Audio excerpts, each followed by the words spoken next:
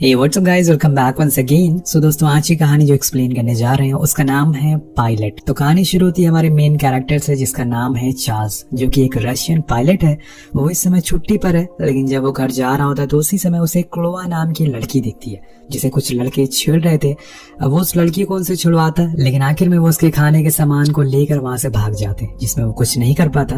अब यहाँ चार्ल्स को उस लड़की से कुछ अलग सा लगाव हो गया था और उसे इस बात की जरा भी अंदाजा नहीं था कि आगे जाकर ये लड़की उसके लिए कितना बड़ा किरदार निभाएगी।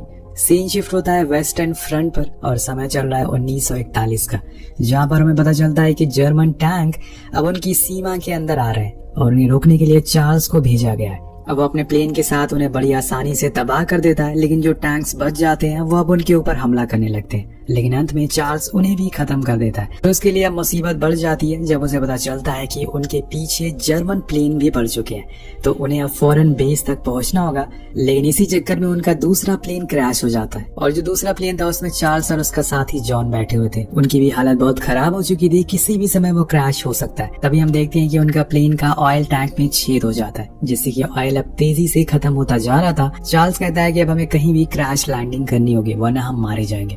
तो वो दोनों आगे बढ़ते हैं, लेकिन नीचे खड़े जर्मन सैनिक को पता चल जाता है कि ये लोग क्रैश करने वाले हैं, इसलिए वो अपने लोगों को साथ उनका पीछा करने लगते हैं ताकि वो उन्हें पकड़कर बंदी बना सके। वहीं दूसरी ओर चार्ल्स एक सही जगह देखकर अपने प्लेन को लैंड करवा देता है, जिसमें उन्हें कोई चोट नहीं आती, लेकिन अब इनके पीछे जर्मन पड़ चुके हैं। वो इन दोनों को ढूंढ रहे थे और अगर ये कहीं मिल गए तो वो इन्हें मार डालेंगे, लेकिन तभी जर्मन इन्हें देख लेते हैं और उन पर गोलियां चलाना शुरू करते हैं। लेकिन चार्ल्स ने प्लेन के आसपास स्मोक फैला दिया था जिससे कि जर्मन उन्हें देख नहीं पाते, लेकिन तभी अचानक से एक धमाका होता है जिससे कि चार्ल्स बेहोश हो जाता है। तब जॉन उसे अपने कंधे पर बैठाकर वहां से भागना शुरू करता है और जंगल के बीच में आ जाता है, जहां उसे एक नदी मिलती है जिसके किनारे एक बर्फ के टुकड़े पर वो चार्ल्स को लिटा देता है और उसे नदी में बहा देता है और खुद जंगल की ओर भाग जाता है। लेकिन कुछ ही देर बाद हमें एक गोली की आवाज सुनाई देती है, यानी कि उसे मार दिया गया है। वहीं दूसरी ओर हम चार्ल्स को देखते हैं जो अभी भी पानी में तैरे जा रहा था, लेकिन कुछ ही देर बाद उसे जर्मन्स देख लेते हैं और गोलियां चलाना शुरू करते हैं। उनकी आवाज सुनकर वो उठ जाता है और खुद की जान बचाने के लिए भागने लगता है,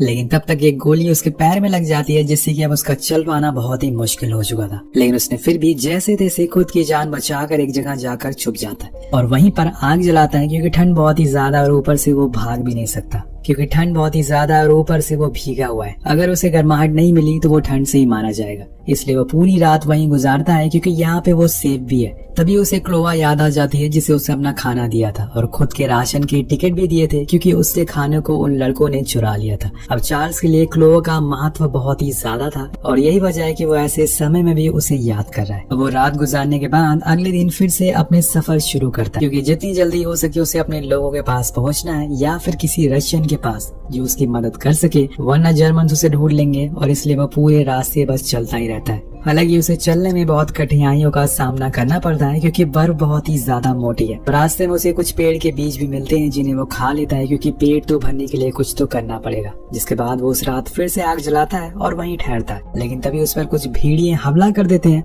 एक तो उसके बहुत ही करीब आ जाता है उसे मारने के लिए, लेकिन तभी उसे याद आता है कि उसके पास तो बंदूक है, जिसका इस्तेमाल करके वो उन्हें भगा देता है और फिर सो जाता है। लेकिन पूरी रात वो डर में गुजारता है जर्मन्स और भेड़िए के लिए। अगली सुबह वो फिर से चलने की तैयारी में लग जाता है, लेकिन वो भेड़िए ने उसका पीछा नहीं छोड़ा था। वो अभी भी उसके पीछे भाग रहे थे और यहाँ चार्ल्स भी भागना शुरू करता है, लेकिन वो ज्यादा तेज भाग नहीं पाता, जैसे कि हम जानते हैं कि उसके पैरों में गोली लगी है। लेकिन फिर भी वो भागते भागते ऐसी जगह पहुंच जाता है जहाँ पर कुछ ही दूरी पर जर्मन्स का बेस था, यानी कि खतरा यहाँ भी मौजूद है। लेकिन तभी वो देखता है कि आसमान से रशियन प्लेन उन पर हमला कर रहे हैं और इनकी आवाज सुनकर वो भेड़िए भाग जाते हैं। अब रशियंस उन जर्मन्स को भी मार देते हैं, जिसकी वजह से वो अब सेफ था, लेकिन कब तक ये हमें नहीं पता।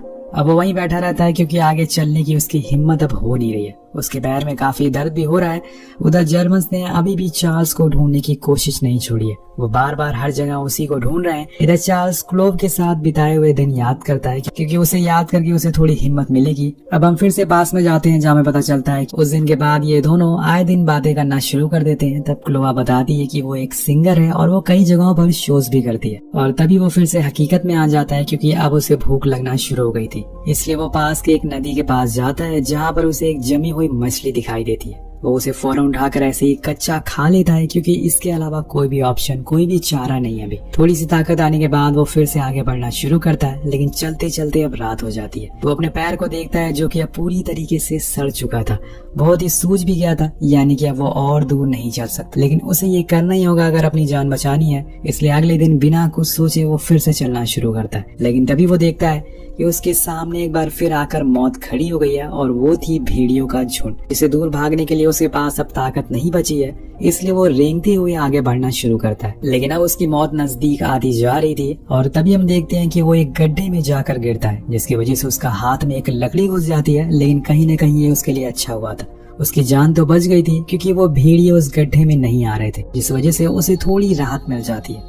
अब वो वहीं आग भी जलाता है, क्योंकि उसे अब निमोनिया हो चुका था। ऊपर से उसके पैर की हालत अब इतनी ज्यादा खराब हो चुकी थी कि वो उसे बाहर ही नहीं निकाल पा रहा था, इसलिए वो लेटा रहता है और कुछ ही देर बाद वो बेहोश हो जाता है। और तब उसे एक बार फिर से क्लोआ के साथ बिताए हुए आखिरी दिन याद आते हैं। तब वो दोनों एक दूसरे को पसंद करने लगे थे। उसने क्लोआ से वादा किया था कि वो उसे वापस आकर शादी कर लेगा, लेकिन उसे इस बात का कोई अंदाजा नहीं था कि वो ऐसे हालातों में फंस जाएगा। इसी दौरान हम देखते हैं कि एक भेड़िया ऊपर से उस पर झपट्टा मार देता है और उसे खाने लगता है। अब उसके पास उसकी बंदूक भी नहीं थी, जिस वजह से कुछ नुकीले हथियार को वो ढूंढने लगता है। तब उसे वही लकड़ी मिलती है और वो उस लकड़ी को उसमें घुसा देता है, जिससे कि वो खुद की जान बचा पाता है। अब नेक्स्ट सीन में हम देखते हैं कि एक लोकल आदमी अपने टांगे पर एक जानवर को रख कर ले जा रहा है, लेकिन उसके नीचे हम चार्ल्स को भी देखते हैं, यानी कि इस आदमी ने उसे जंगल में देख लिया था और उसे बचाकर यहाँ लाया है। तभी वहाँ कुछ जर्मन्स आते हैं और उस लोकल आदमी से सवाल जवाब करने लगते हैं, लेकिन वो उसे पहचान नहीं पाते और उसे जाने देते हैं। देन वो आदमी चार्ल्स को अपने घर ले जाता है, जहाँ उसे अपने बेसमेंट में छुपाता है। हालांकि वो आदमी था तो जर्मन्स, लेकिन उसके अंदर इंसानियत नाम की चीज अभी भी जिंदा थी, जिसके लिए उसे चार्ल्स को बचाया था। वो उसका इलाज करता और उसे कुछ खाने को भी देता है। लेकिन उसी रात जर्मन्स फिर से आते हैं, क्योंकि उन्हें उस आदमी से कुछ काम था। असल में वो आदमी एक लोहार होता है और उसे हथियारों को ठीक करना आता था। वो यही ठीक करवाने के लिए यहाँ पर आए थे और तभी उन्हें उस पर शक हो जाता है। अब वो घर को छानबीन करना शुरू करते हैं और तभी नीचे बेसमेंट में चार्ल्स को खांसी आ जाती है, जिसकी आवाज उन्हें ऊपर सुनाई दे देती है। लेकिन चार्ल्स के पास मौजूद जॉनी उसके मुंह पर हाथ रख लेता है ताकि वो कुछ आवाज ना करे। लेकिन तब तक वो जर्मन्स गोलियां चलाने लगते हैं और जो नीचे जॉनी को भी लग जाती है, लेकिन वो कुछ आवाज नहीं करता, जिस वजह से वो वहाँ से चले जाते हैं बिना उन्हें कुछ कहे। लेकिन कहीं न कहीं जर्मन्स को पता चल चुका था कि कोई तो यहाँ पर छुपा हुआ है, इसलिए वो जल्दी दोबारा आते हैं और अपने साथियों को लेकर इस बार उन्हें वो इस बेसमेंट में मिल जाता है। लेकिन वहाँ कोई भी नहीं था, क्योंकि उस लोकल आदमी को पता चल गया था कि वो वापस जरूर आएंगे, इसलिए उन्होंने अपने लोगों के साथ उसे कहीं और शिफ्ट करने का फैसला कर लिया था। और इस समय वो वही कर रहे थे। दो लोग चार्ल्स को एक कार्ट पर खींचते हुए इतनी ठंड में भाग रहे थे। वहीं दूसरी ओर कुछ जासूस से पता चलता है कि उसी परिवार के लोगों ने ही चार्ल्स को कहीं दूर भेजा है, और इसलिए वो जर्मन सोल्जर आदमी के पूरे परिवार को फांसी दे देते हैं और उसके घर को भी जला देते हैं, क्योंकि उन्होंने उसके दुश्मन का साथ दिया था।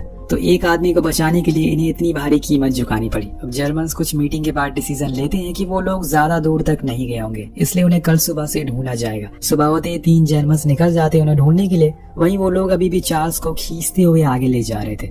उन्हें इस बात का कोई अंदाजा नहीं था कि उनके पीछे अब जर्मन्स भी लग चुके हैं। कुछ समय के बाद वो जर्मन्स उन्हें देख लेते और उनके पैरों के निशान की वजह से उन्हें पीछा करने लगते हैं। लेकिन तभी तेज हवाएं चलना शुरू हो जाती है, जिस वजह से उसके पैरों के निशान मिटने लगते हैं और अब उन्हें ढूंढने की दिक्कत हो रही थी। इधर दूसरी तरफ अब उन्हें आगे का रास्ता भी दिखाई नहीं दे रहा था, इसलिए वो फैसला करते हैं कि वो चार्ल्स को वहीं छोड़कर आगे जाएंगे और फिर आगे का रास्ता देखकर वापस आएंगे। लेकिन उनका ये फैसला गलत साबित होता है, क्योंकि अब जर्मन ज्यादा दूर तक नहीं है। वो थोड़ी देर में उसके पास आ जाते हैं और वहाँ उन्हें चार्ल्स लेटा हुआ दिखाई देता है। वो उसके पास जाकर चेक करते हैं कि वो जिंदा है या फिर मर गया।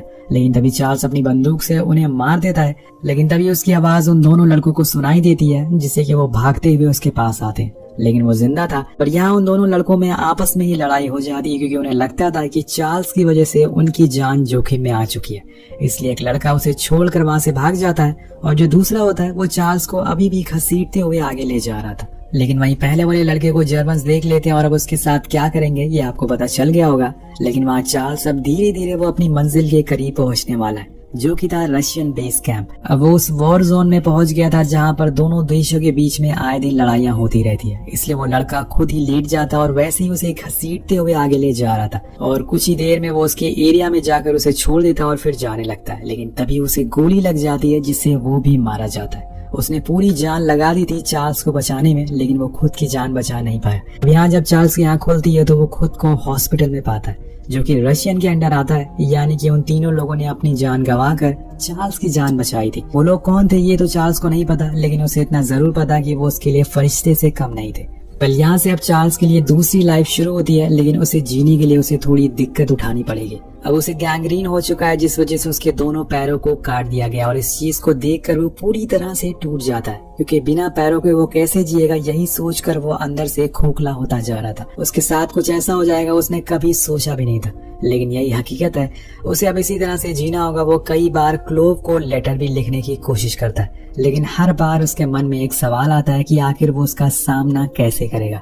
उसके दोनों पैर अब नहीं है, इसलिए वो लेटर को कभी भेजता ही नहीं है। उसे हमेशा यही डर रहता है कि क्लोव उसे एक्सेप्ट नहीं करेगी। वहीं दूसरी ओर हम क्लोव को देखते हैं और वो भी उसे लेटर भेजती है, लेकिन चार्ल्स उसका कोई जवाब नहीं देता। अब ऐसे ही ठंड का मौसम निकल जाता है और गर्मियां आ जाती है। एक दिन हॉस्पिटल के बाहर एक कॉन्सर्ट होता है जिसमें क्लोव भी परफॉर्म करने वाली थी। ये वही हॉस्पिटल होता है जहाँ पे चार्ल्स एडमिट था, लेकिन अब उसकी हालत पहले से काफी ठीक हो चुकी है। पर उसे इस बात का जरा भी अंदाजा नहीं था कि उसके हॉस्पिटल में क्लोव आने वाली है। लेकिन जब बाहर ही एक एक करके सभी सिंगर के नाम लिए जा रहे थे, जिसमें से क्लोव का भी नाम लिया जाता है, और उसका नाम सुनकर चार्ल्स उठकर खड़ा हो जाता और पहली बार अपने उस नकली पैर को पहनकर चलने की कोशिश करता है, लेकिन वो चल नहीं पाता और बार बार गिर जाता है। उसकी मदद करने के लिए भी यहाँ पर कोई मौजूद नहीं था, क्योंकि सभी लोग नीचे कॉन्सर्ट में थे। लेकिन वो फिर भी जैसे तैसे खिड़की तक पहुंच जाता है और सालों बाद क्लोव को देख पाता है, लेकिन वो उसके पास नहीं जाता और ना ही उसे आवाज लगाता है। उसकी हिम्मत पूरी तरीके से टूट चुकी थी। वो अंदर ही अंदर खोखला होता जा रहा था। धीरे धीरे समय बीतने लगता है। अब चार्ल्स उन नकली पैरों के सहारे से चलने लग गया था। अब उसे यहाँ रहते हुए 1 साल से ऊपर हो चुका और वो कई हद तक ठीक भी हो चुका था, इसलिए अब उसे छुट्टी मिल जाती है। तब वो एक पार्क में जाता है जहाँ पर उसकी नजर सामने खड़ी क्लोव पर पड़ती है। वो भी चार्ल्स को देख लेती है और उसके पास जाती है, लेकिन उस पर बहुत ही गुस्सा करती है, क्योंकि चार्ल्स ने उसका एक भी लेटर का जवाब नहीं दिया था। उसे लग रहा था कि शायद वो उसे कोई भी वास्ता नहीं रखना चाहता, इसलिए वो वहाँ से जाने लगती है। लेकिन पास में ही बैठे तो डॉक्टर आपस में चार्ल्स के पैरों के बारे में बात करने लगते हैं, जिसे उसे पता चल जाता है कि असल में वो किस हालातों से गुजर कर यहाँ तक पहुँचा है। अब ये जानकर वो उसकी सारी गलतियों को माफ कर देती और दौड़कर उसे गले से लगा लेती है। लेकिन अब ये दोनों एक साथ है और चार्ल्स को यहाँ अपना प्यार मिल गया था, लेकिन चार्ल्स को अभी भी अपने पैशन को फॉलो करना है। उसे प्लेन उड़ाना है और अपने बदले को पूरा करना है, जिसके लिए वो अपने सीनियर के पास जाता है और उनसे फ्लाई करने की परमिशन मांगता है। लेकिन जो कि वो इंजर्ड हो चुका है, इसलिए रूल के हिसाब से वो फ्लाई नहीं कर सकता। लेकिन चार्ल्स के पैर जरूर टूट चुके हैं, पर उसकी हिम्मत नहीं टूटी है। उसका हौसला आज भी बुलंद है। अब यहाँ उसे अपने 100 दिनों का बदला लेना और वो सारी तकलीफें वो उन जर्मन्स को भी देना चाहता है जो उसे मिली है। उसके इस जज्बे को देखकर उसके जो सीनियर होते हैं वो भी चौंक जाते हैं और उसे परमिशन दे देते हैं। अब कुछ दिनों बाद उसे एक जर्मन ब्रिज को उड़ाने का मिशन दिया जाता है, लेकिन बीच में उसका सामना जर्मन प्लेन से हो जाता है। अब दोनों में काफी देर तक घमासान युद्ध होता है, जिसमें चार्ल्स के पीछे बैठा उसका साथी बताता है कि हमारी गोलियां खत्म हो गई, इसलिए हमें वापस चलना चाहिए। लेकिन चार्ल्स के दिमाग में कुछ और ही चल रहा था। वो अपना मिशन पूरा करे बिना तो यहाँ से नहीं जाएगा, इसलिए वो प्लेन को काफी नीचे ले जाता है और उस ब्रिज के काफी क्लोज आ जाता है। लेकिन उसी समय वो स्मोक को ऑन कर देता है, जिससे कि उसके पीछे वाले जर्मन प्लेन को कुछ दिखाई नहीं देता और वो जर्मन प्लेन सीधा जाकर ब्रिज से टकरा जाते और कुछ इस तरह से वो अपने मिशन को पूरा करता है। अब बेस कैंप लौटने पर जब चार्ल्स प्लेन से उतर रहा होता है तो उसके पैर डगमगाने लगते हैं। वो गिर जाता है, जिसे कुछ लोगों को लगता है कि शायद उसने शराब पी रखी है। लेकिन तभी उसका साथी उन सभी को बताता है कि इसने जंग में अपने दोनों पैर खो दिए, लेकिन फिर भी अपने देश की सेवा कर रहा है। अब ये जानकर सभी सोल्जर उसे सल्यूट करते हैं, उसको सलामी देते हैं। जो चार्ल्स ने किया है वो शायद कोई और नहीं कर पाएगा। अब आखिर में हम कुछ पायलट्स की रियल फोटोज को भी देखते हैं, जिन्होंने अपने देश के लिए अपना सब कुछ कुर्बान कर दिया। क्योंकि एक सोल्जर ये नहीं पूछता कि देश ने उसके लिए क्या किया है, वो ये पूछता है कि वो देश के लिए क्या कर सकता है। वेल, ये डायलॉग तो आपने सुना होगा। किस फिल्म का है नीचे कमेंट करके जरूर बताएगा। मिलते हैं आपसे वीडियो में। Thank you so much watching. Peace out.